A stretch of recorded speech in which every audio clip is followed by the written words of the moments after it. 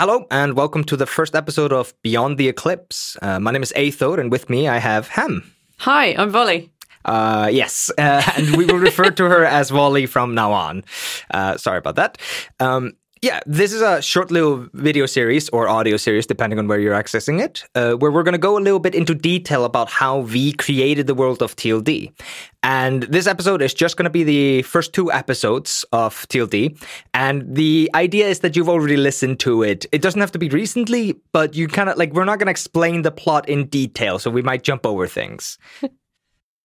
This is a nice bumper start to this potential series. We're not sure how well this will go at all, so we're going to give this a shot. And we're going to do the first 2 episodes, which is episode 1 and episode 2, not before the beginning, because that's a bit much for a first episode. That's 2.5 hours. We may skip over those. Who knows? I can promise you we're going into before the beginning sooner or later. God. I really like the backstories. I really, really like the backstories.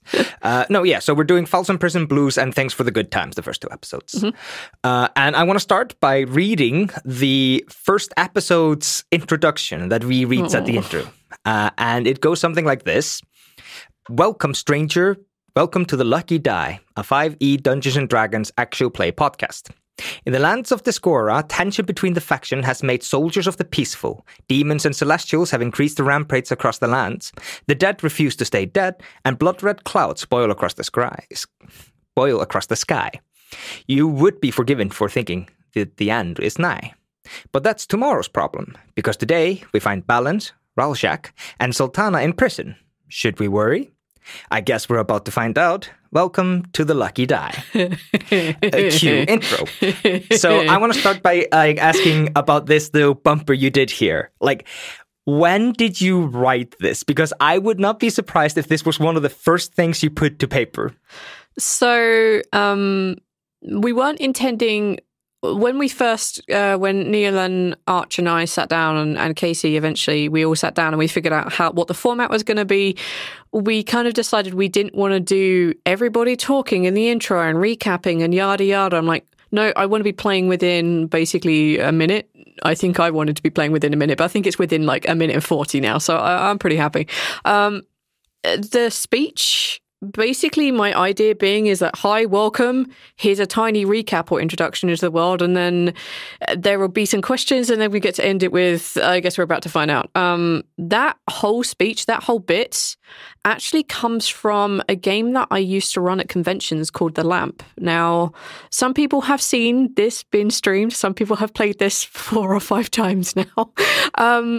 This is the intro to The Lamp, is the one-shot game that I wrote, and I wanted it to be a counterpoint to the ridiculous, hilarious nature of The Lamp, which is a very funny, stupid-ass game, which I run at cons. I can have watch for that. I've ran The Lamp 2 or 3 times. Yeah, and it's if you read that in the slow narrating, basically I do exactly the same way I do it in the show.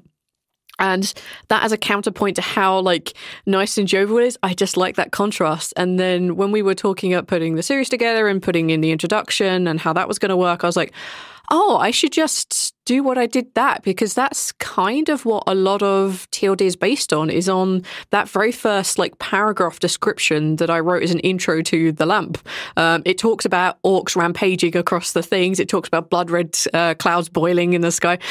That whole thing was basically almost verbatim. I added in little bits of this and little bits of that to make it fit the TLD world a bit better. But yeah, that had been in existence, I think, for about 6 months before we'd started recording. Yeah, it's a good introduction, and I'm gonna say 6 out of 10. It's not crazy good. I'm not laughing my ass off, and I'm not hooked straight in. But it's a good introduction, I think. And then I'm just gonna ask the next question, which you might not be able to answer, but I'm still gonna ask. Sure. The intro song. Yeah, that's Neil. That's all Neil. Yeah, Neil presented us with a couple of options, and the first 3 we were just I'm not really sure. We could pick one of those, and Neil was like, well, I've got this thing that I wrote ages ago for this band I was in, but we never put any words to it, and he presented it. We're like, why were you holding out? You knew this was going to be the thing. So we were just like, God damn it, Neil. No, that's all Neil. He put the little music underneath my introduction, the beginning. He just made that little bit and kept looping that over. originally he wrote something that was about 30 seconds long to go under that. And I just kept doing things about like 35, 40 seconds long as an intro. So he's just put it on a loop. Jesus. Yeah, it's just a loop now, and it's really short and just keeps playing underneath. There's a line in there which I use, which is there are two lines actually. One I wanted when we were listening back, I was thinking about it. That's tomorrow's problem. That's something I say a lot. That's tomorrow me's problem. That's future me's problem. Tomorrow's problem I just thought was funny to have the apocalypse tomorrow. I mean, it happens today, but I didn't want to give that away. And the other one was, I guess we're about to find out. I just thought it was cool. And apparently, according to Thirsty, a buddy of mine, I used to say it a lot. I just didn't realize. All right. Yeah, that has become kind of an unofficial tagline of yours in many groups that I've met around you. Yeah. Iguatfo. Iguatfo, yes. All right, so in the first episode, we have the three main characters in prison. Yeah. And you use Caden to force them to describe their characters. It's like, you don't even use Caden. You just kind of use the fact that they're in like their own cells to like describe their characters. Uh-huh. This has to have been intentional. Yes, absolutely. So Caden was an invention of, it was Neil's idea. Funny enough, he wanted a guard who could help him with his inverted commas medicine for when he got sick, and he wanted to have Caden, and he spoke a little bit about where he would know Caden from. I'm like, okay, that's cool. Then I will just take Caden and I will run with him. I will make him friends of everyone so that I can have a character that I can interact with them with, and then it's a really good vehicle to get everyone to introduce themselves one at a time, rather than, all right, there are 8 people sitting at the table, everyone describe yourself. Like, no. We have a very deliberate, and he walks up to the first cell and he sees Rajak. What is Rajak? Which, by the way, I kept pronouncing wrong, so now it's Ral. My notes are literally say Rorschach, and I did it right for the first 3 recorded intros, and now I'm like, I give up. I keep pronouncing him Ral. Fuck it. You called a poke of mine. I was gonna figure out when you stopped calling him Rorschach in the intro and make fun of you for that, but damn it. Yeah. Preempted. Yeah, I'm just an idiot. I read it as Ral because RHAL, which means Ral rather than Rawl. And I had it written down as Rawl in all my notes. I'd gone in, I'd copy, paste, replaced, all that good stuff. But when we were playing, I just couldn't. I'm sorry, Neil. I'm sorry. All right, but you mentioned Caden, and I feel like we need to focus in on that character. Yes, let's do a little Caden. bit. Yeah. Okay, so Caden is a human guard in the prison. Yes. And you say that Neil invented him. Yeah, kind of, yeah. So he was basically just how can Rao get medicine while he's not liked within the prison? Is that the basic gist of why he was created? The gist for Caden was the whole premise was that Caden was someone who could help Rao receive his medicine when he passed out, and Neil came with the idea that he knew Caden from when he was in the fourfold, and that was kind of all that I really got from Neil about Caden, and everything else I just went with and invented some of it on the fly, but a lot of it was very we'll get to some of that later. But you decided to give Caden a stutter? I did, yes. What was the thought behind that? One of the things that I hear a lot is, how do you do lots of voices as a DM? And some people can't do voices. Some people can't do accents, but everyone can change the way that they speak. It's kind of easy to add a stutter in. It's very easy to have a character who thinks too long, who speaks slowly, someone who speaks too fast. Yeah.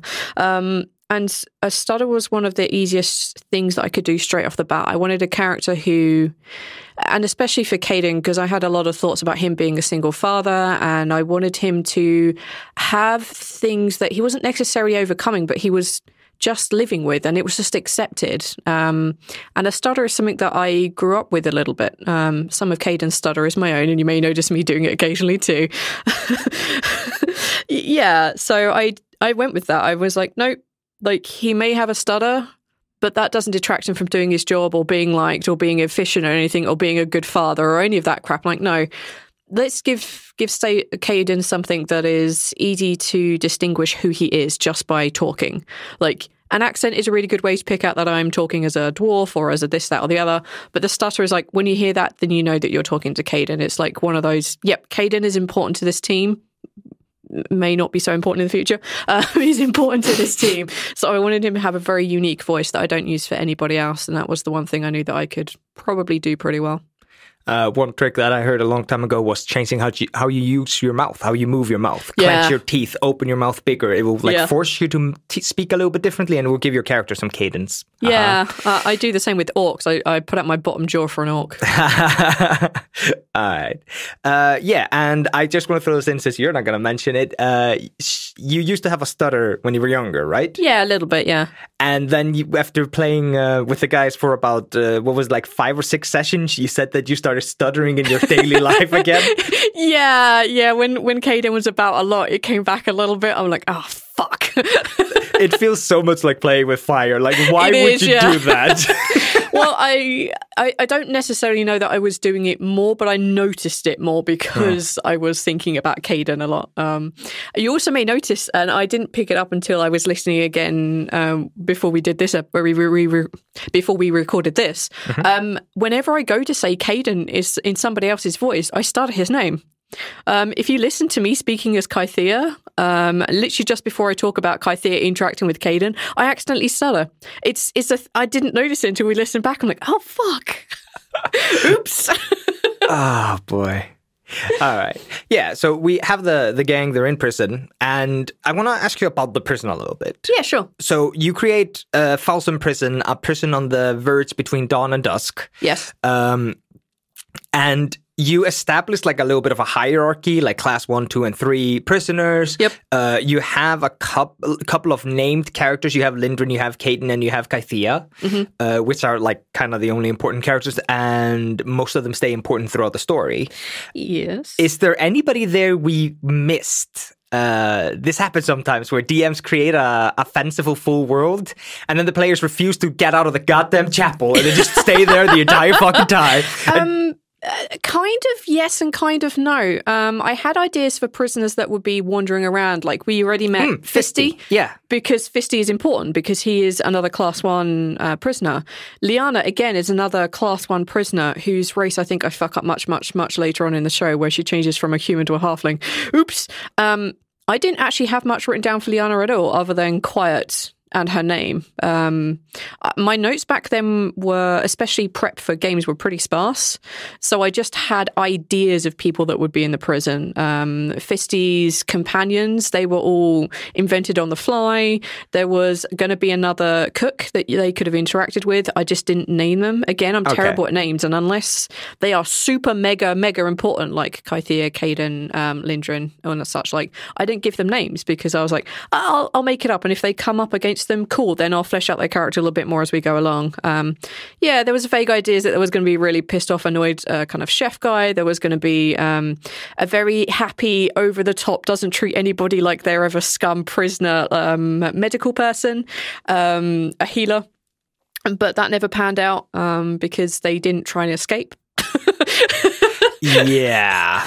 That was that threw a spanner in the works. Like I had vague ideas on how I to deal with a riot and vague ideas on how I deal with escaping, and I would invent characters to help them do that. Yeah. I had just vague ideas for stuff, but I didn't have them specifically written down. I would just deal with them when they came up. Listening back to the episode, I did pick up on one thing that I found like quite I don't know, interesting, I guess. You can hear that Casey is incredibly quiet. Mm-hmm. You use her. You put her up first, and she sounds quiet and nervous. And it is incredibly strange to hear her talk like that after how she is in the most recent episodes. Yeah, Casey, they've definitely come a long way. So Casey sounds quite quiet, quite nervous and not sure. I also think they were kind of sick at the time, if I remember rightly, but we were just determined to get an episode or 2 done. So there was that. Casey sounds very nervous. I think I might have mentioned this a couple of times, at least to some people. But I was terrified when we did that first episode. You're speaking so fast in the introduction. Oh my God, yeah. That literally came down to the very first episode I did with Neil, which is the very, very first thing we ever recorded for TLD. We hit record, we synced, and there were 30 seconds where I couldn't say anything. I literally could not bring myself to say anything. I couldn't even apologize. I couldn't do anything. I was frozen. And then I was like, oh my God, I'm so sorry, Neil. And then I started. And it was almost the same when we had the whole group. And I had recorded 3 backstories by that point. I'd already recorded like 2 and a bit hours of content.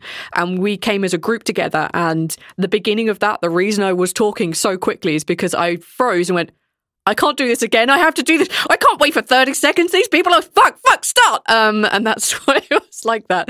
Casey sounds nervous. I think I'm probably a 10 times more nervous.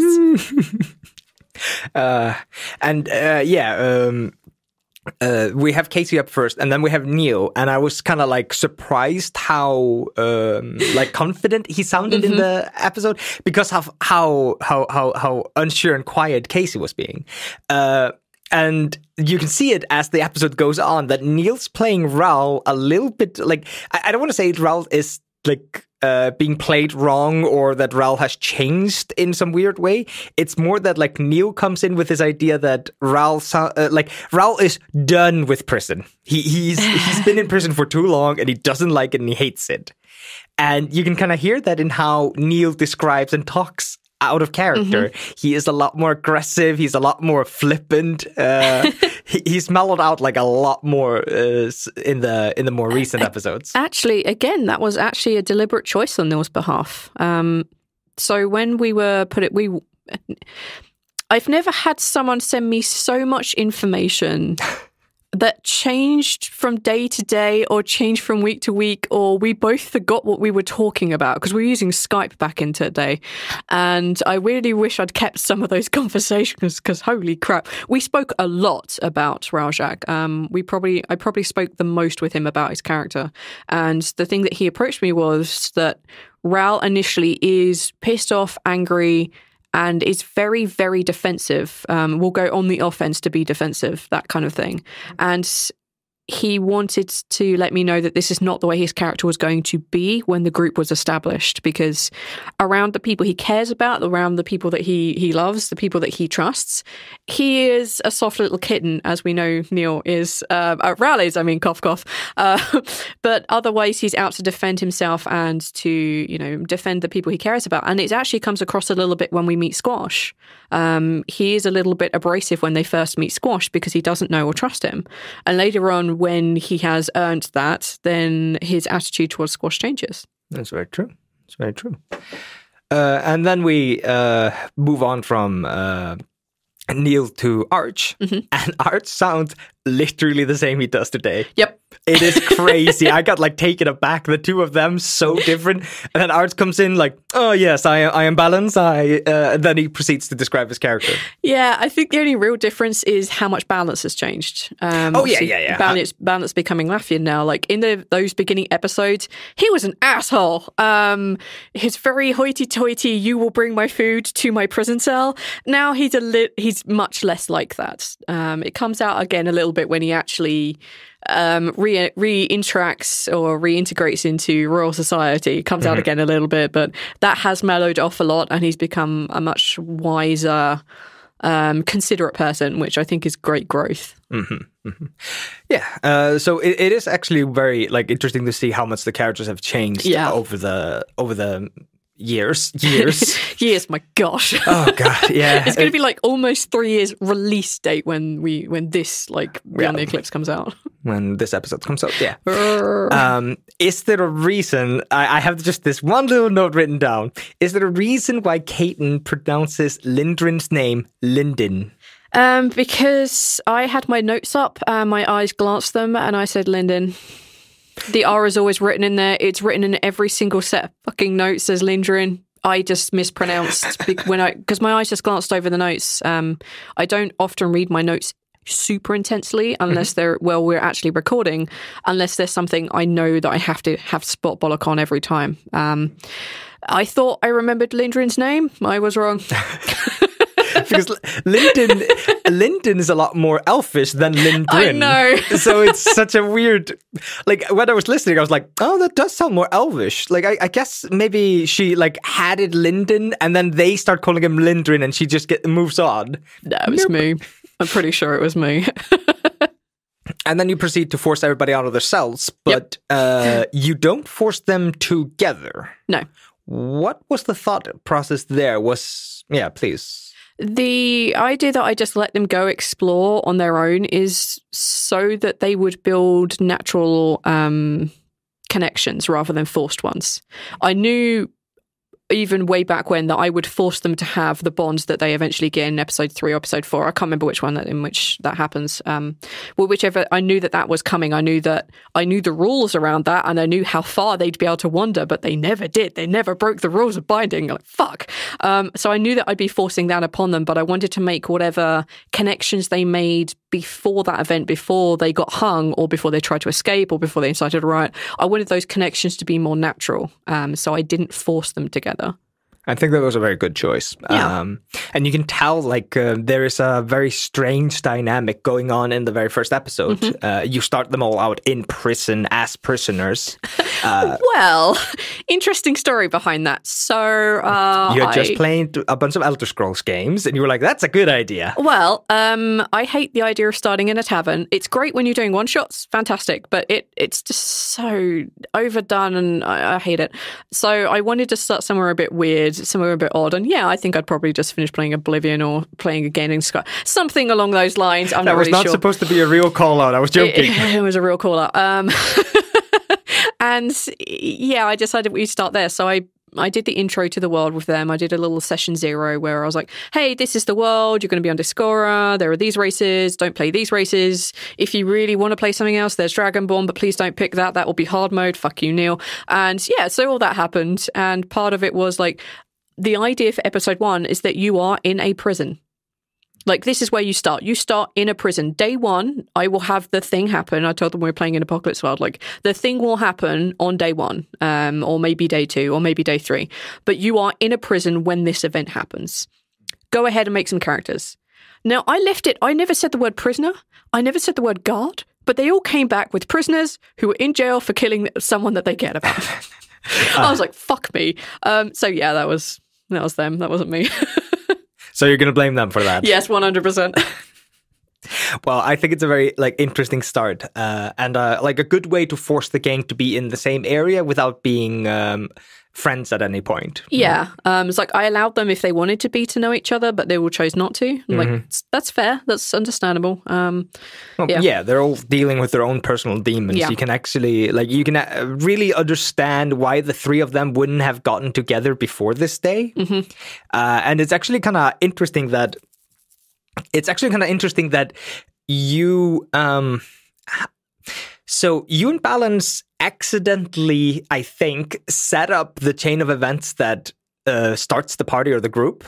And it's in a very interesting way, because you can kind of see, like, if everybody's kind of left alone and Caden doesn't do anything, this day will play out like every other day. Balance will stay in his room, Sultana will stay grumpy somewhere in the chapel, and Raul will try to stay out of the way of the double ones. Mm-hmm. But you have Caden go talk to somebody, go interact with somebody. Yes. And that starts the chain events that causes the 3 of them to actually be in the same room during an ambush by the double ones on Raul. Or ambush, that's far from an ambush. It's an event, yep. So it sets the world kind of like I get this feeling that the world is moving naturally, like nobody's being forced together so that we can start a D&D game. No, for me, if they had decided that they were never going to interact right up to the moment that they get thrown in a cell before they get thrown, before they get hung, I was happy to play that. Like, if that's what they wanted to do, then that's what they wanted to do. I wasn't going to force connections. The only thing I wanted to do was play Caden out with, oh, holy shit, Lindgren is on the warpath. And I know that you're probably going to be in trouble today. I don't know if it's today or tomorrow. And I'll see how things play out. If I can get you out, I'll deal with it. If not, well, you need to go out and make connections, because if there's any way of saving your life, you need to be seen as being a model prisoner. And that's why Caden forced him out. Like, no, you should probably go talk to someone. But if he decided to stay in his cell, say to V, he would have stayed in his cell. Now, I have an assumption to this question, but I want to ask you it. Sure. Why is Lindgren so pissed? Lindgren is just an asshole. He believes that prisoners... He believes in the... very much the Dawn's penal code, which is you steal, you lose a hand, you perform necromancy, you die, you kill someone, you die. You own slavery, yeah, you become an indentured servant to someone. He very much believes in that because he has a sadistic twist to him.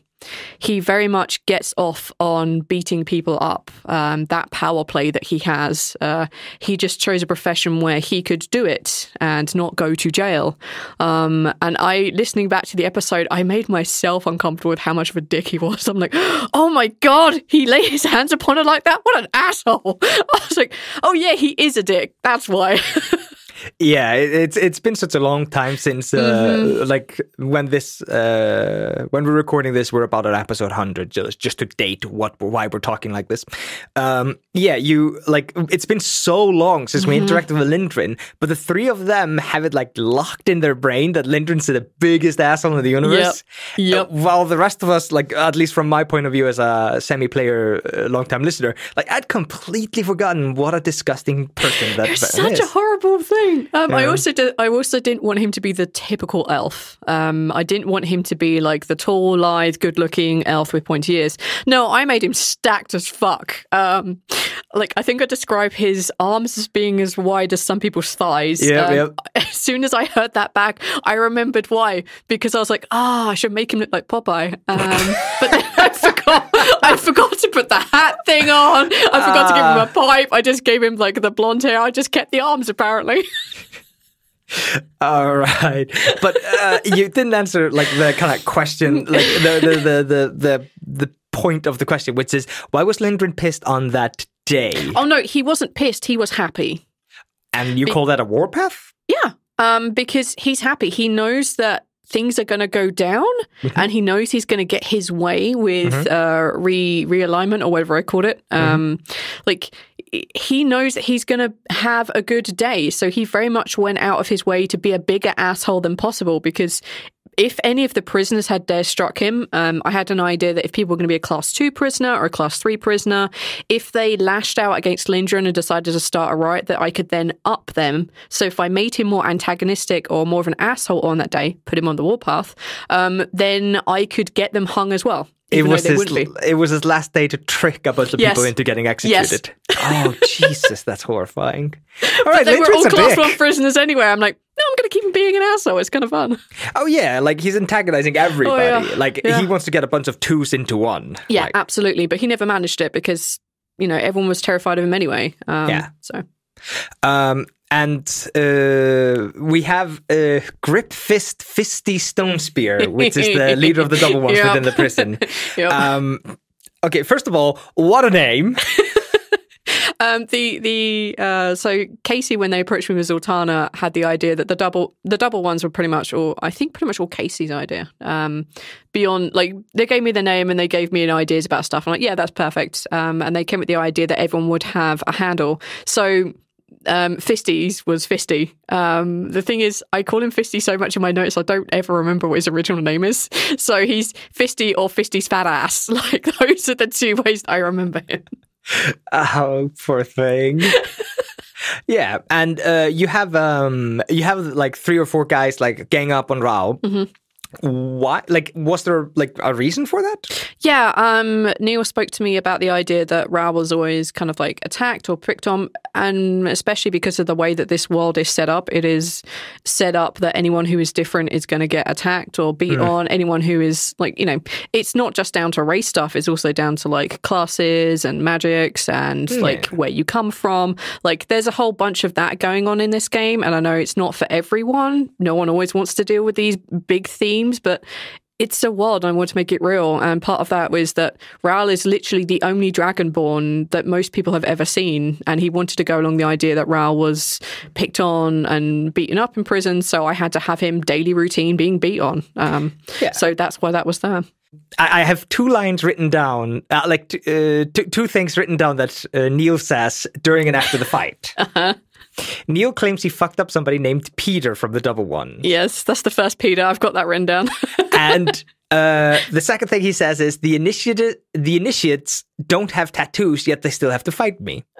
Neil made this shit up on the spot, didn't he? He did, yes. There's a fair amount in here where listening back, I'm like, those fuckers, they made a bunch of shit up. Those bastards. I was thinking that, like, I know Neil is like crazy overplanner, so I wouldn't have been surprised if this was in a note somewhere from him.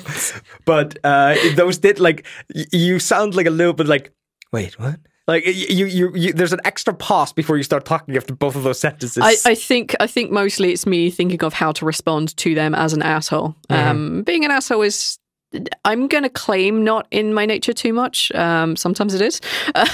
But it was genuinely me trying to respond in character for most of those. You're making shit up on the spot sometimes throws me, but for the most part, I'll just roll with it. Yeah. And then around the 40-minute mark, you call Lindrin for the first time. Yes. Thank you for calling out my mistakes, Aethel. I feel real good about this. There's a little bit of a part where, like, where everybody's kind of joking around and like laughing, and there's a part where like Balance is trying to interact with people, and you guys just go off, and like it ends up in like random Netflix and chill jokes, and you shouting, "Everybody has baggage, get over it!" Yep. And it's a very like big like offbeat. Raoul gets away from the fight like completely unscathed. Like he comes across like he's like balancing on that like Mary Sue line. It's like he got in a fight. Not only did he beat up his enemies beat up each other, and he walked away with his food unspilled. It's like, if there's a bit of me that really does love the image that when he knows he's about to fight, he just eats his food really, really quick. That is actually fucking great. So good. That is actually fucking great. That was fucking funny. There was one thing that I have written in my notes listening back, is nobody ever questioned what Kythea was doing when she saw Raoul. So there's a bit where Kythea looks at Raoul and she does a proper double take, and I explain that he feels like he's been x-rayed from top to bottom, and then she's suddenly a bit nicer to him. She's a lot less scared of him. No one ever picked up what that was, and nobody has ever really explored it or questioned it or anything like that. That was a detect magic spell, right? No, actually. Kythea has a gift, much like her sister. She explains that she has a gift for sometimes just knowing things about people. And she saw that Raoul was actually being followed and very monitored by a spectre. It's just something she picked up. Oh. Yep. So she has some unique abilities. She has some gifts. She doesn't fully understand it either, but her family is that way inclined, and hopefully we'll get that into season 2. I'm not going to get into Raoul and Spectre because we have another episode, and there's going to be Raoul heavy. Let me promise, like, if anybody's listening and asking why I'm not asking more questions, it's because we'll get into it in Raoul heavy episodes, and Balance heavy episodes, and Sultana heavy episodes. We'll get into the characters then. Yep. So do not worry. And of course, if you have any extra questions for me to throw out, like, come on, ask us. We'll be recording more of these, hopefully. Yeah. You have a scene where Sultana's praying to Tyr. Yeah. And you have Neil adding like this like really strange hunting music underneath it. And it's like you kind of seem to phrase it as if Sultana is lacking a god, or like missing her god. Yeah. What do you mean when you say that? That's very specific, because the anklets, I keep thinking of them as bracelets, and I've always had them written down as anklets, apparently. Even when I write notes recently, they're down as anklets because I copy and paste. No, the anti-magic anklets that they wear, they very specifically stop certain things of magic. And her connection with Tyr allows her access to magic, so I had to nullify that. So for as long as she was wearing it, her connection with Tyr had been stilted. Yeah, okay. Had been dulled down. So she can't really feel or connect with him. And later on, when they're removed and she tries praying again, everything's much stronger, everything's much better. And that's what that's a reference to. The bracelets. I have like a. It's not a very serious question, but I'm just kind of like curious.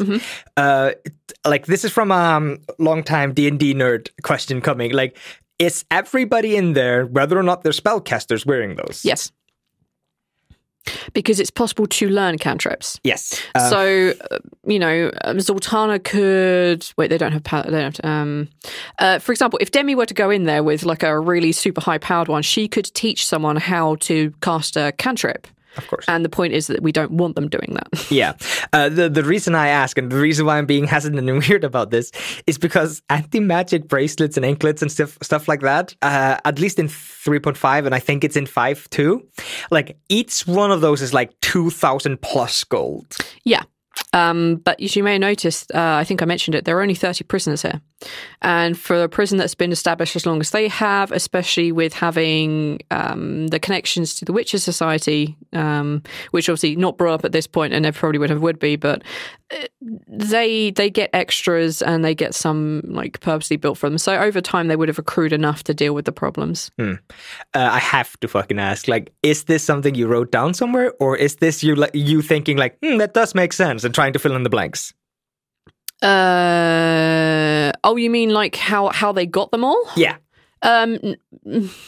No, that was very much I need to make sure they don't cast magic yet because it's dumb. Actually, the whole reason that specifically the anti-magic bracelets came up and their attire came about is because I actually had a bit of a quick read on what prisons are like, and my let's say one of my family members has been to prison a few times, and the initial process is that they won't be allowed things like belts or anything with laces, so their attire specifically doesn't have that. You mentioned that. Yeah, I think they only have buttons. I think I mentioned buttons once or twice, but they don't have any of that stuff. They don't have shoes that can cause damage if you hit someone with them. That's why they're flip-flops and sandals. So dumb. And I was like, okay, so if you've got a bunch of magically inclined people, you need to make sure they don't have magic in a prison because they can just teleport out, and that's the dumbest shit in the world. No, I don't...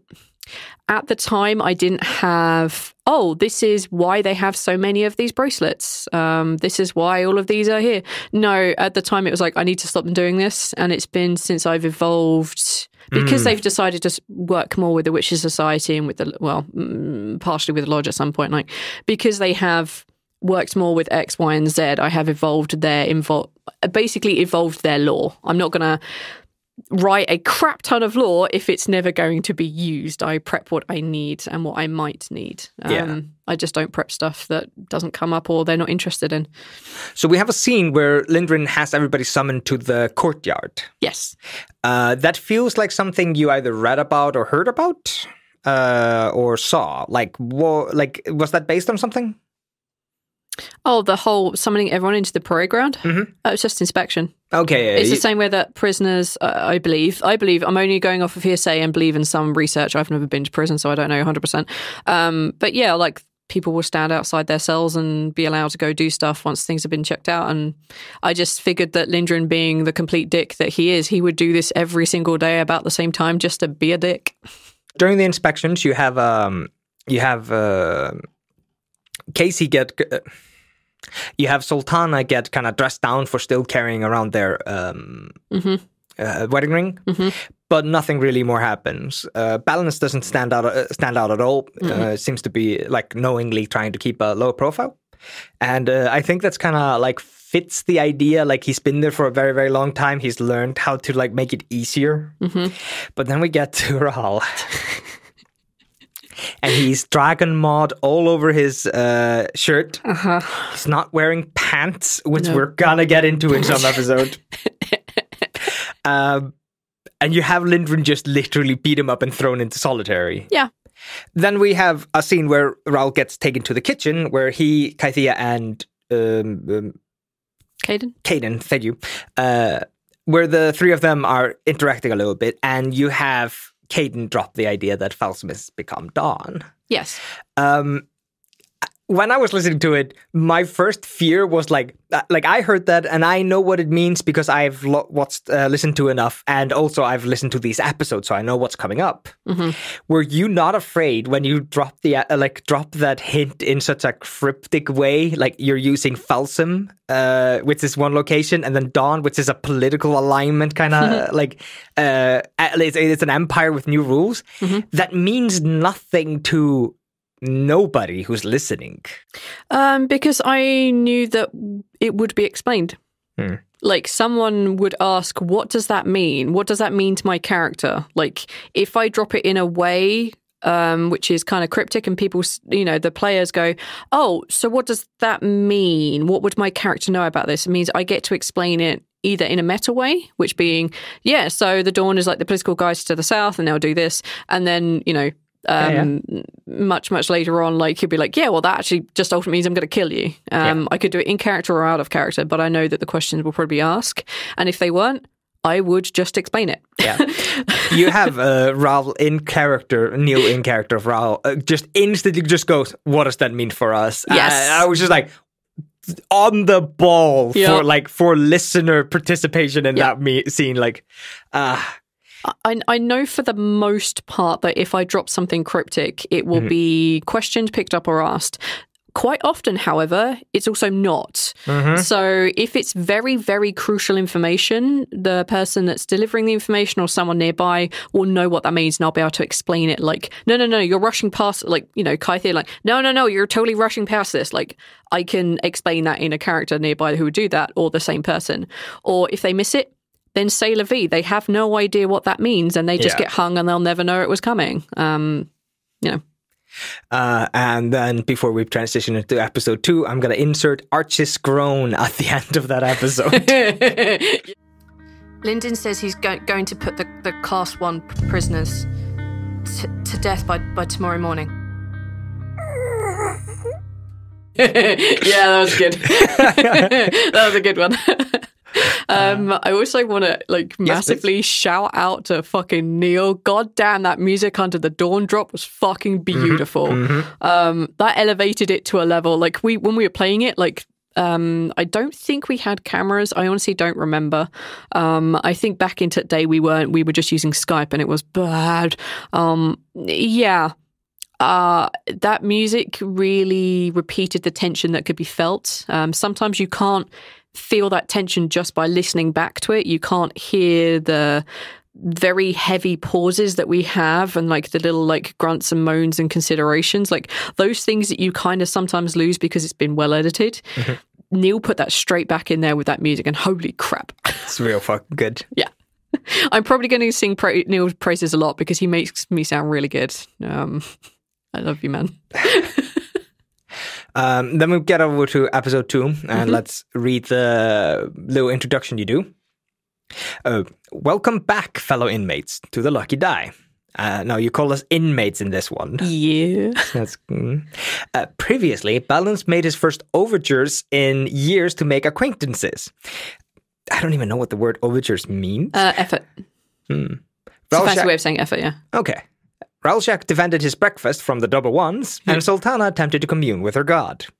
Ralshak learned from his friend Caden that his life and that of the other Class 1 prisoners will soon be coming to an end as Falsum switches allegiances from dusk to dawn. From dusk to the dawn. What will Ralshak do with the news? Will our group escape or face certain death? I guess we're about to find out. Welcome back to the Lucky Die. No, I like this one a lot. It's a real good one. The only thing is my brain just assumes overtures means something like effort or it means you make an effort, you reach out. It's that kind of a thought. Yeah. You have Ralchak's joke. You have Sultana's thing. This is a good one. A solid fucking 7. I really like this one. I used to do those live. So episode 1, I did that intro live. That was re-recorded, but I did the intro live so I could get myself into it and be ready to go. So between episodes, while everyone was faffing about, getting tea or coffee or whatever Americanisms they were getting at that time of day, I used to write those intros live so I could do them, right, okay, this just happened, I can now write the intro. So that one was done live. And then I re-recorded it to make it sound better. And I did that all the way up until the episode where Demi bound them. Because after that, I made a joke which in Raoul's one, because I kind of wanted Raoul's to be a little bit... I've been rotating which ones were funny. At least in my head, I thought they were funny. I did something like Raoul faints at the sight of magic and Neil just lost his shit. It's like, you can't say that.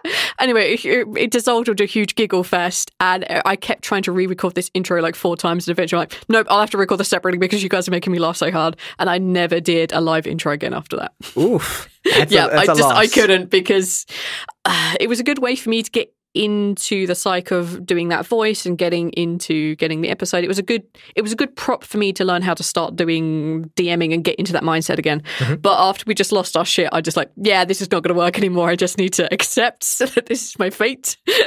I think I'm good now. All right. This episode is full of standout moments. The first one I want to touch on is the first interaction with Monarch. So what we have is that Raoul goes back to the temple where he meets up with Sultana and Balance, and he informs them of what is going on. Mm-hmm. And Balance instantly thinks, I'm going to ask the voices in my head how to help me. Yeah.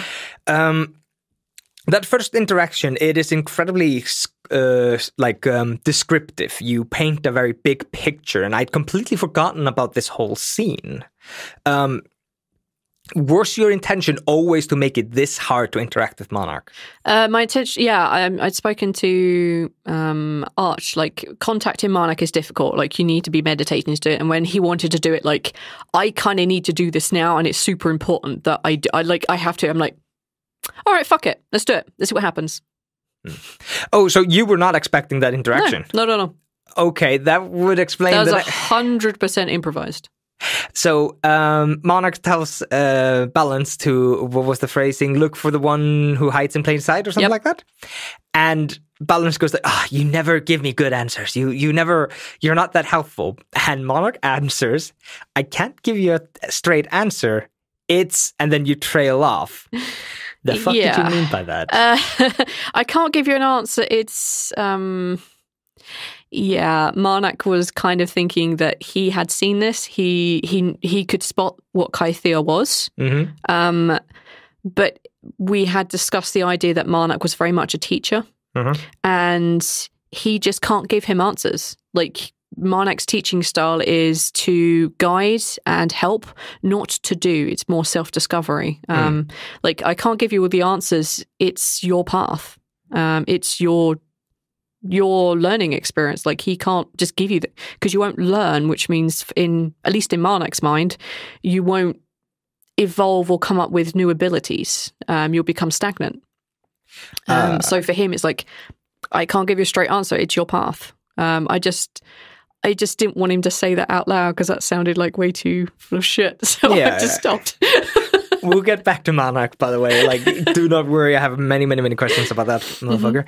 Mm-hmm. But we can all, we know at this point that Monarch has done this tens of times, helped people learn. So it wouldn't be too surprising that he's learned patience in teaching, or maybe he was always like that. But of course, like, he has no physical presence, so it's incredibly hard to physically teach people. So I guess Monarch is the teacher of patience. A will of steel.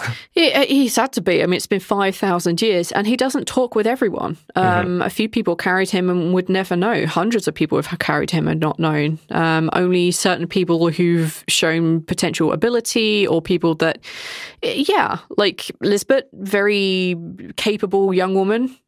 So for him, it was easy interacting with her. They had a very strong relationship. And with Laffian spent a lot of time trying to center and balance himself and heading that state of Zen. That's where he could find Monarch the easiest. And that's when Monarch decided to help him. Shortly after that, like during the interaction with Monarch, you have the double ones come back. And this time Sultana joins in the fight. I don't think she actually throws a punch. I think she just tries to intimidate again and again and again. Yep. I think it works one time. But we actually have, and this was like semi-shocking to me, we have Raoul intentionally killing one of his attackers. Yep. And what was your thought in that moment? Did you think that the story was gonna like take a dark turn, or no? Again, Neil had spoken to me about how Ral is like.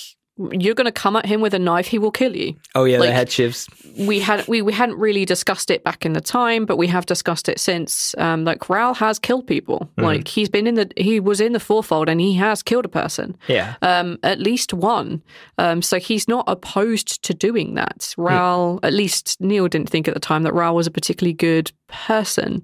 He's since evolved to be a much better person, and we will love him and we will take hugs from that murderous hug monster.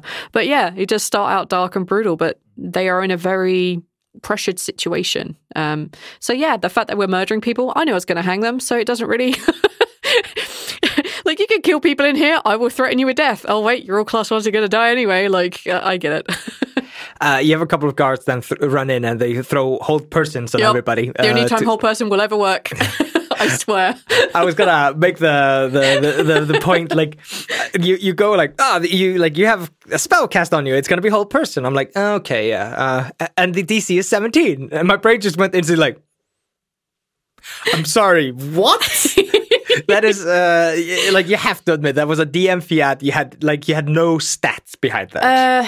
So I don't have any stats written down for almost any of the people we had interactions with, because I didn't DM that way, and I, to a degree, prefer that. A lot of people don't, but I, especially back then, I wasn't sure who they were going to fight with, and I was not exactly under time pressure, but I'm not going to admit it, I was not a good DM, and I'm not a great one now. I just managed to get away with shit because I can improv and make it sound believable, which is half the battle. I don't recommend it.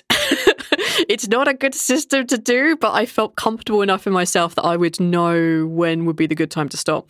However, DC 17 whole person was always written in my notes. Because it was dumb to me to have guards that wouldn't be able to stop prison riots. Of course. So every single guard would have hold person, or they would have an item that could give them hold person, or they would always be paired up with someone who had hold person. Caden doesn't have hold person.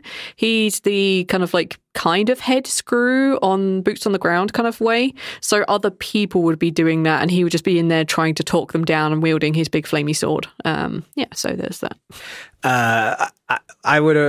There was a prison game I played once, and the thing that DM did was he had stats for everything. So if somebody threw out a DC 17 whole person, nobody could go like, wait, so he has 20 intelligence and also plus 4 in proficiency? What level 8 motherfuckers working as a prisoner scrub? Yep. Yeah, it's a mixture of a lot of stuff. Yeah.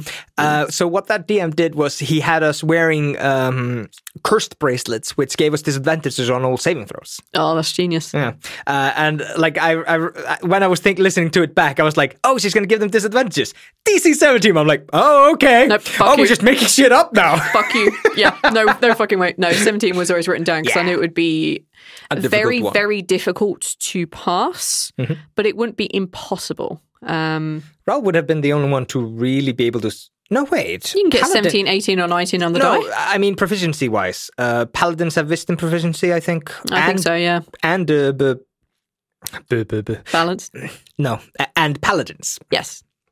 So, yeah, they actually did have a semi-chance of... They had a legit chance of fighting this, and it could be done. I just didn't want to set the DC low because they're in a prison and they would clearly have ways of... They would have experienced this kind of shit before. Yeah.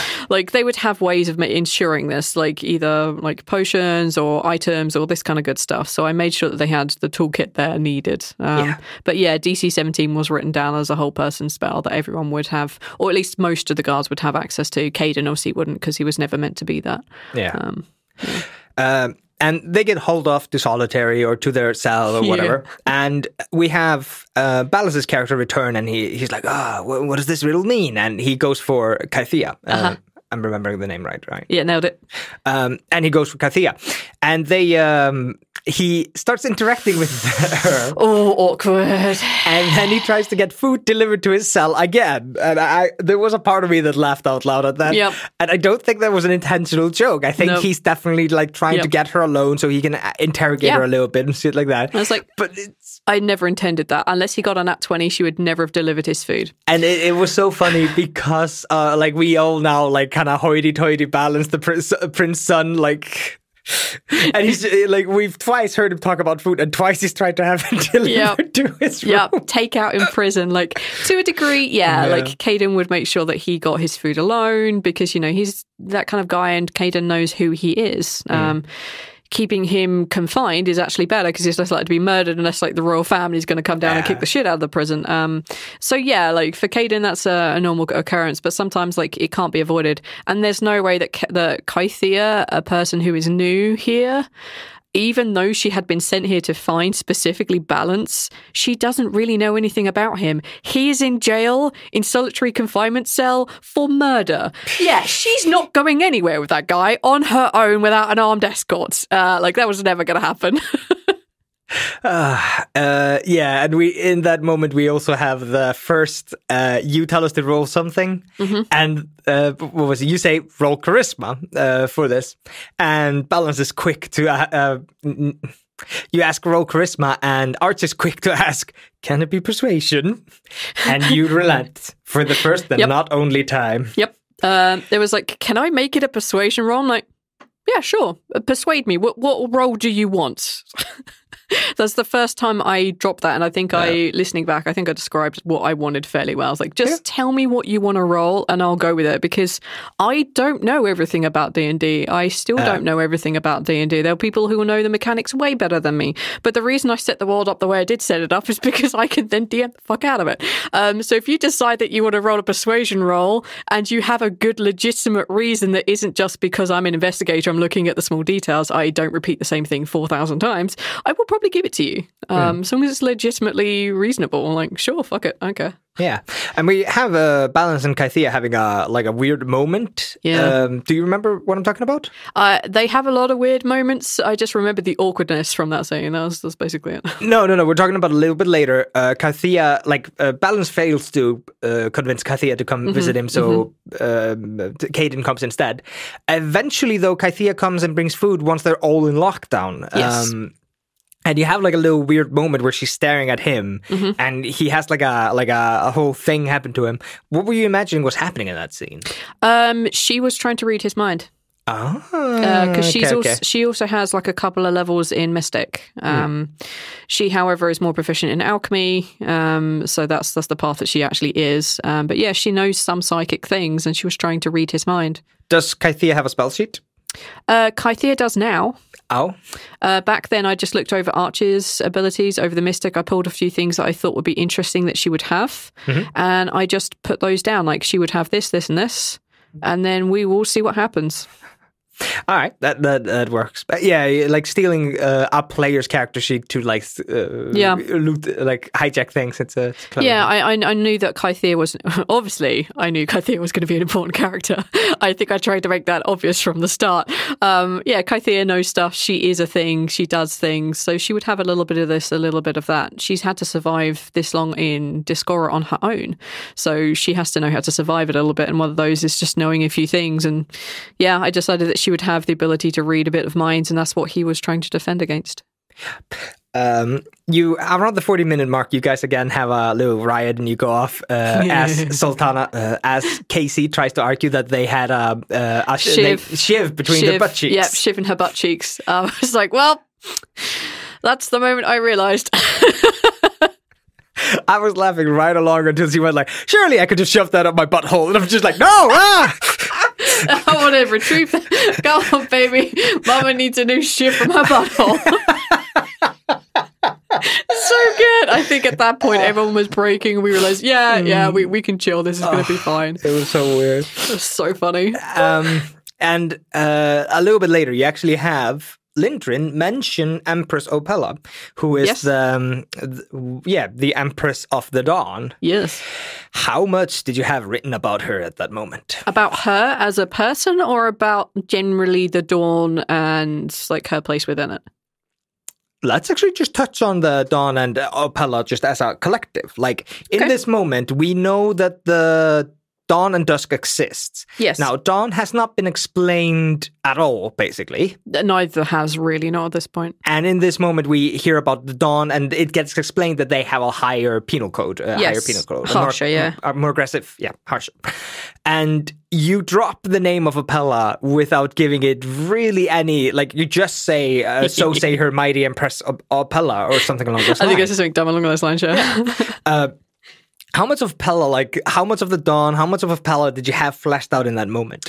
So in that moment, I had the Dawn. I had, like, here are, like, it is essentially human, halfling, gnome mixed in, some elves or dwarves that have defected from the Dawn, from the Dusk, because they just don't believe in it, or yada, yada, yada. I knew that they were a small group of people who were basically roaming around and doing stuff. I had the entirety of Opella's strategy for converting people or converting places into places that she could go, okay, now I'm here, you're going to do this with your children, you're going to do this with your adults, you're going to do this to protect yourselves. Now you don't need, when the celestials or the ever-present threats or the demons come to attack, you will always have someone on guard, you will always have someone who knows what they're doing. You won't have people lounging around doing dumb shit that means nothing. Because she realized that something is in the works with the Dawn, in the Dusk, like she's not blind to that, but also she needed to defend her own home. So I knew who she was, the kind of person that she was. I knew her strategies. I knew that her penal code would be harsh. I wanted it to be way harsher, but more effective, I guess. So that people would genuinely be better educated, well looked after. Logistics are not a problem. But, you break the laws, there are going to be harsh things. So I knew the kind of person she was. I knew the places in the Dawn that we would definitely be visiting. I already knew about Chatvok at the time. I already knew about Van Lass at the time. I didn't have a name for her home, but I knew that it would be a small village that she got carted off to. That was basically what I had there at the time. And your idea behind the humans was that they were very tribal before the arrival of her, and she seems to have united them under a strong leader. Yeah.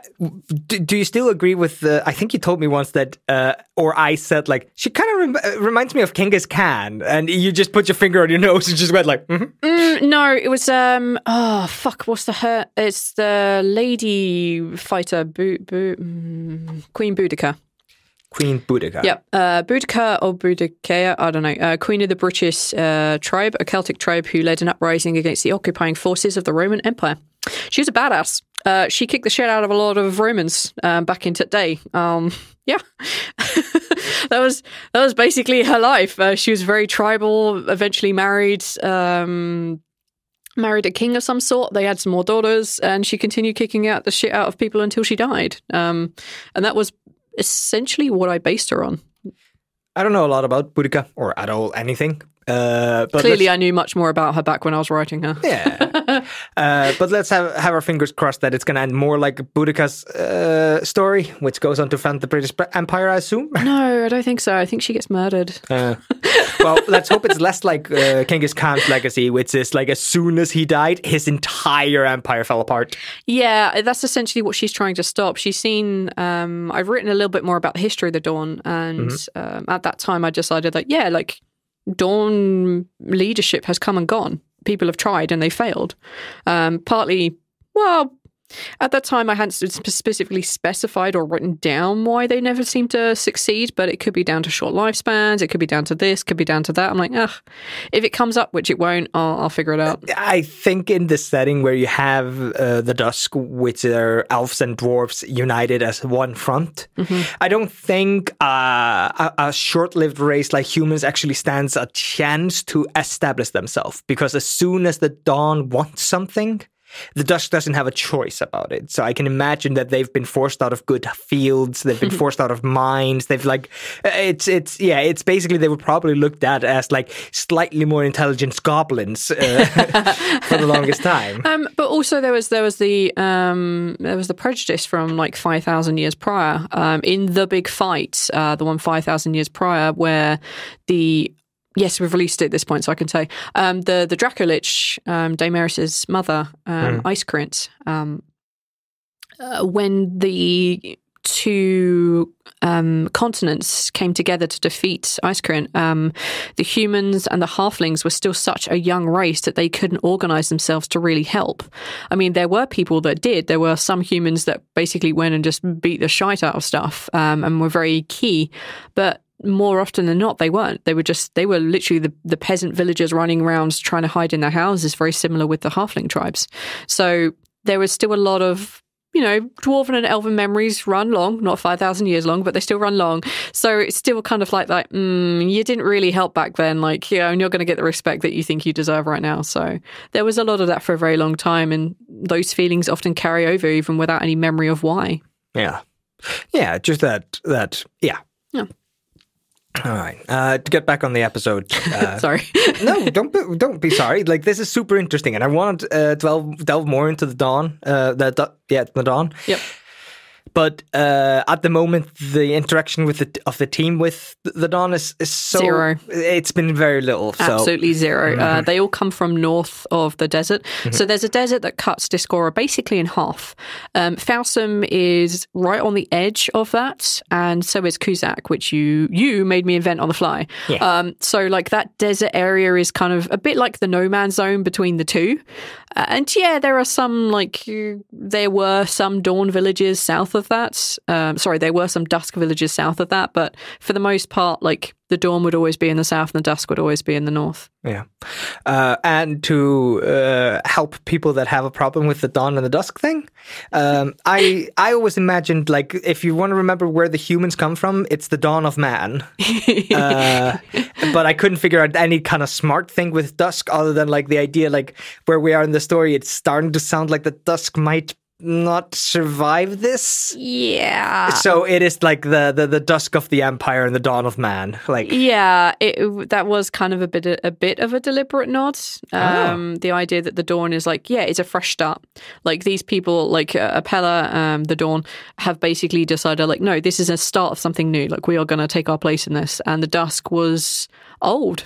5,000 years old, and it was beginning to fall apart from various machinations of Dachin and from Queen Glengareth and other forces at work. Like, that was beginning to fall apart. So I was like, oh, okay, well, if I call one side the Dawn, because I wrote their name and a little bit of their history before I went into the Dusk, like, okay, I write that. I'm like, oh, the counterpoint of that is dusk. It's the other end of the night. It's not the beginning of the day. It's the end of the day.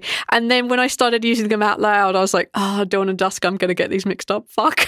I think it's around episode 4 or 5 where you flop it and nobody corrects you. That I was like, yep, you fucked up with that one. It up. Nobody notices even. Like, oh. I've mentioned this a few times since, especially the deeper into the episodes we get. Say a character and place names out loud at least once. I still don't do it. I'm a moron. I still don't always do it. I especially didn't back then. As I said, like, I have definitely become a better DM. Mm-hmm. I'm just really good at hiding when I'm shit. The true and that is skill half of a DM. the battle. You will be improvising so much, even if you read out of modules or whatever. You'll be improvising so much because you never know what these friends/players of yours may do, and you'll have to adapt to a lot of stuff. So, yeah. Throwing shade, come on. No, you'll do some very interesting things. Some things I don't expect, like firing a bolt at someone that you probably shouldn't. That was an interesting choice on your behalf. Let's move on to this episode. No. So at the end of it, we have the hanging scene. Yes. Before that, there's a character in there named Liana. And I knew from the start that Liana was going to be in jail because of Ama. I have that written in my notes. Like, my re-notes was listening about stuff and looking through my old notes, session 1 prep. Liana was always in prison because of Ama. She was never going to say anything. She wasn't ever going to do anything. But when she found out that she was going to be hung, she would try and start a riot. Oh. But I was being very aware, especially back then, of pacing, of how long episodes needed to be, because I had never kept an eye on a session length before. All I'd ever really done was run some home games until everyone got too drunk and then we all went home. So, there was that for pacing, but I had to keep an eye on that, and I was like, no. So episode 1, episode 2 gets you to the hanging. Mm-hmm. The end of episode 2 needs to end on them being hung. So I had to cut the fight that Liana was going to start, because I wanted to give them an opportunity to escape in a riot. And well, they weren't interested in trying to escape. So I was like, well, I'll go, fuck it, I'll just cut that then. You say they're not interested in escape. They seem to have had a single plan, which was Kathia. And then you don't play it out? Like Kathia doesn't show up? No, what was she? She was told to come from a creepy prisoner who's in prison for murder. Come give me my food, Don't try to woman. deflect. Like, no. In the next moment, we have Lindgren walk in and shackle everybody together. Like, they had one shot and they took the wrong one. No, you put two of them in solitary. Balance gets one try and he fucks it up. Like, you cannot blame the players for this. He could have continued meandering around. When I left them in the cell, shackled together, they passed out, called someone a motherfucker, kicked Fisty, which I thought was the funniest shit. I'd forgotten that. Jesus Christ, fuck Fisty. There was that, and they sat there. They did nothing. I think they tried to break out of the manacles and couldn't. It's like they could have continued trying different things. I have since written the prison a little bit more with a lot more detail, because there will be, I don't know if it'll be before or after this thing airs, but there will be an alternative beginnings where I've had to write the prison a bit more hardcore. In my mind, there was, if they had looked around this room, there would have been an escape. There would have been a tunnel, there would have been a floor tile, there would have been like a ceiling tile, the bars, the door that they could have tried to pick or break. Like, I was going to give them enough time to try and look, investigate and find that, but they didn't. So I was like, okay, you guys are literally floundering, and rather than listening to you guys flounder for 30 minutes, let's move the story on. Yeah, you've actually rewritten most of the prison as kind of a module, and that's going to be one of the episodes in this hiatus. Yeah. And we're going to make it available on the Patreon at some point once we've gotten some art or something for it. Just make it look good. Yeah. So yeah, look out for that. In that readaptation, this particular cell doesn't have an escape. I've named it Cooling Off Cell, which is big enough to chuck a bunch of people in and piss off and leave them alone. This cell is just wet, damp. It's horrible. It's murky. It's really dark because it's right underneath where I put the showers and the bathrooms. So I made it really gross. There's no escape from this. Of course, whoever runs it for the one shot in this may decide that they want to put another exit in there. I'm like, fuck it, right, whatever, at that point, like, do what you want. And this episode ends with them getting their final meal. Yes. Then they get escorted to the gallows. Yes. And then they get to say their last lines. Yeah. And I just kind of want to read that out because I thought they were very interesting. From Ral, it's thanks for the good time, and then he winks at Lindgren. Yep. And again, like, this is so unlike the Ral I feel like we know, but again, you say, like, Neil had a completely different idea for him at that point. Yeah, like the idea that he was, until you got to know him, he was very brash, very upfront and aggressive to be defensive, I guess. Then next you have Balance. I will remember this, don't you doubt. Short, sweet, to the point, like, prove it. And then Sultana, I'm gonna come back and I'm gonna hunt you until I kill you. You can bet on it. It's such a run-on set. It's so Sultana. I cracked up so fucking hard. It was those, when we did those last, like, because obviously I was always going to give them a last line. I wanted them to play this up to not thinking about whether I'm actually going to kill them or not, because I had told them very little about what was going on. I had not told them that they were not prepped in any way at all for this prison, for this setup. Like, I told them what the prison was. I told them who was there. I told them who they knew. I gave them background based on what they would know. Balance's information was 50 years out of date. Because it had to be. So, yeah, I didn't tell them I was going to hang them. So when I told them at the end of episode 1, there was definitely a pregnant, oh no kind of pause. And they were then led up to the gallows. I then put rope around their neck and I was going to give them the last sentence. And then I hung them, which they had thought, oh, maybe this apocalyptic event V was talking about will happen before, so we don't get hung. No, my intention was always to hang them. If they'd escaped, things would happen slightly differently. And I would have just had to have dealt with it. But no, my intent was to hang them, to give them those last lines. Yeah, that was a thing.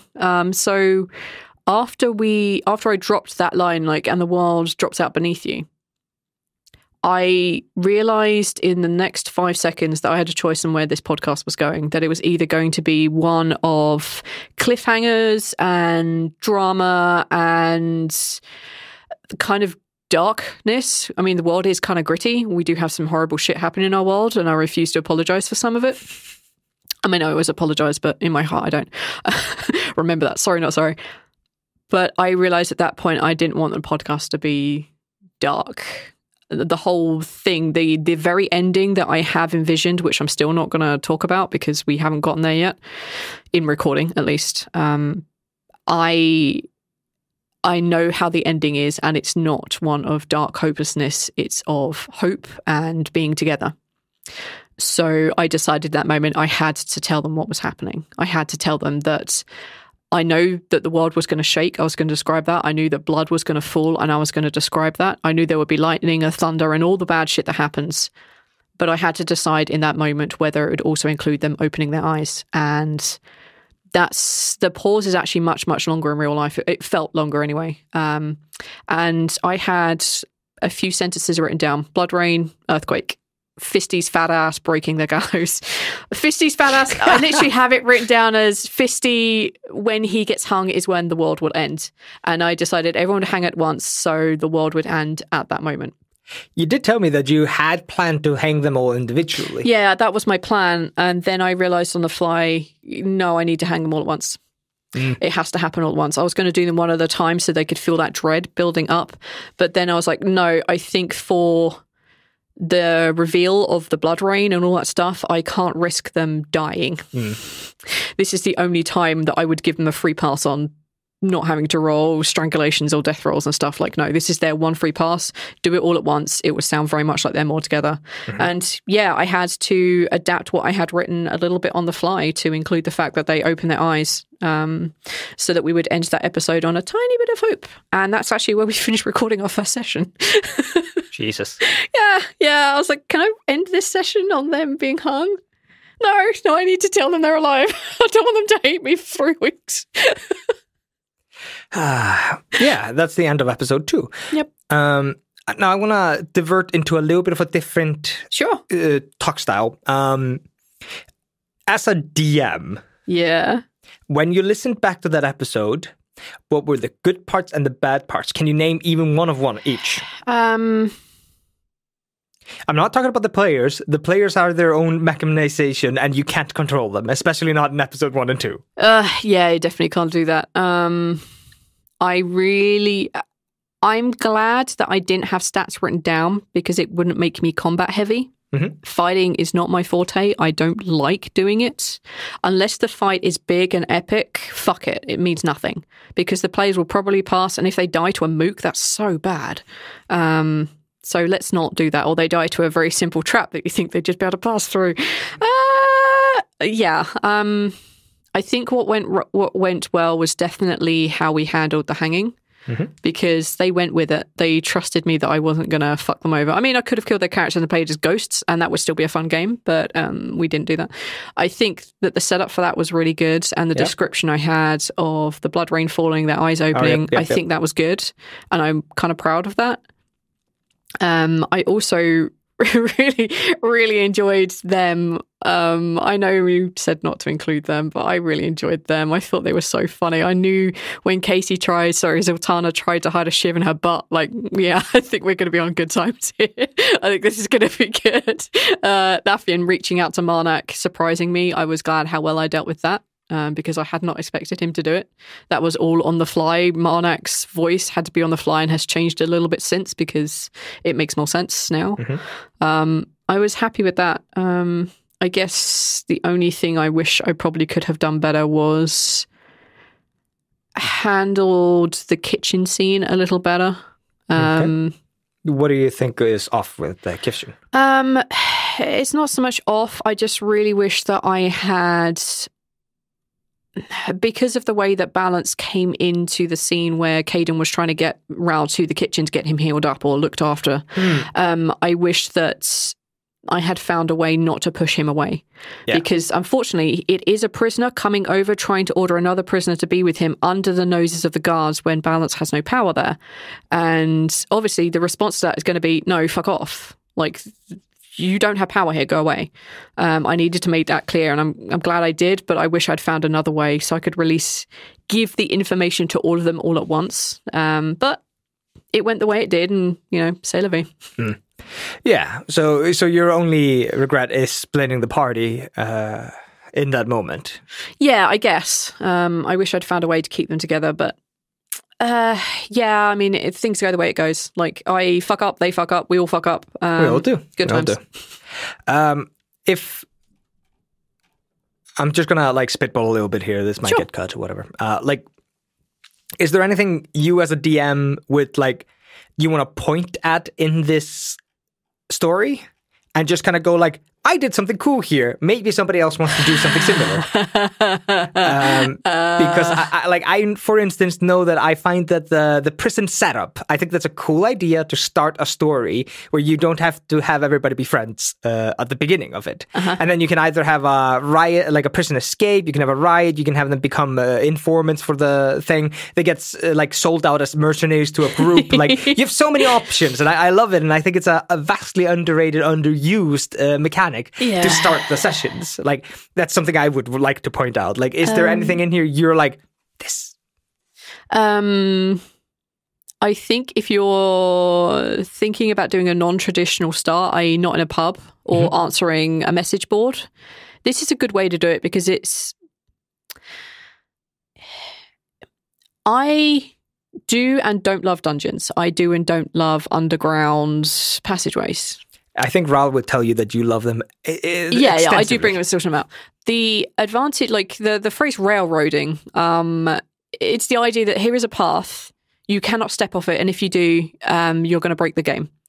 Now, I had only prepped the hanging, I had only prepped the very end lines, and I'd only prepped the characters, and I knew that there were 2 story beats. I had to tell them they were going to be hung at the end of episode 1, and then hang them at the end of episode 2. They were the plots I had. However, obviously the character motivations, like Liana starting a fight or Fisty just being a complete douchebag, like, those kind of things. I had those prepped. I didn't know how I'd handle a riot exactly. I didn't know that if they decided to scale the wall, exactly how that would happen, because I made it 20 feet because, fuck you. I want to make things difficult. It is still a prison. But the advantage of setting it in a place like a prison is that there are specific hard walls. Unlike if you set it in a town, people can fucking go anywhere they goddamn want. I want to go to a blacksmith. Sure. I want to go to a stables. I haven't written a stables. Fuck. Why wouldn't I have done that? Like, there are lots of little things like that in an open world setting that you can't control. You will have to improvise a lot more. And if you're not comfortable with it, set it in a place where there are very hard walls, like a prison, or setting it in a dungeon, because in a dungeon or in an underground passageway, there is forwards and backwards and maybe left and right. And if they take a path like, oh no, they went left and I wanted them to go right, everything, just flip your map. It's fine. Just flip your map. Well, I had, back when I was playing my home games, I had them going to a corridor behind there was a wall, and you move the wall and there was a corridor behind it, and we went left and it went right. And they had a game of where they would always go left. So I put the important things left, and in the right, I was like, I'll figure it out, I'll make it work. And they went right. I'm like, okay, fuck you. The important thing is in the right pathway. Screw you then. And I just flipped that section of the map over. That was... Did they happen to sing that? I think it's a Rihanna song, to the left, everything you own in the box to the left? I don't know. No, they didn't. We weren't that is kind of genuinely why my home game always went left. Randomly somebody started singing it and it just became a thing, and then whenever we went into a dungeon it was just to the left always. Yeah, my home team, we had very specific things about what we would do and how we would do them, and some of them were like, we'd specifically always go left, or we'd always like kill the person named James, because fuck James. Like there's those kind of things every home group develops. But yeah, like if you want to, the bit of advice is, if you are uncomfortable to start with DMing stuff, or you want to be able to control things a little bit better, put hard walls down, like literal stone. Like, for example, underground, or in a prison, there are prison walls and there are prison guards.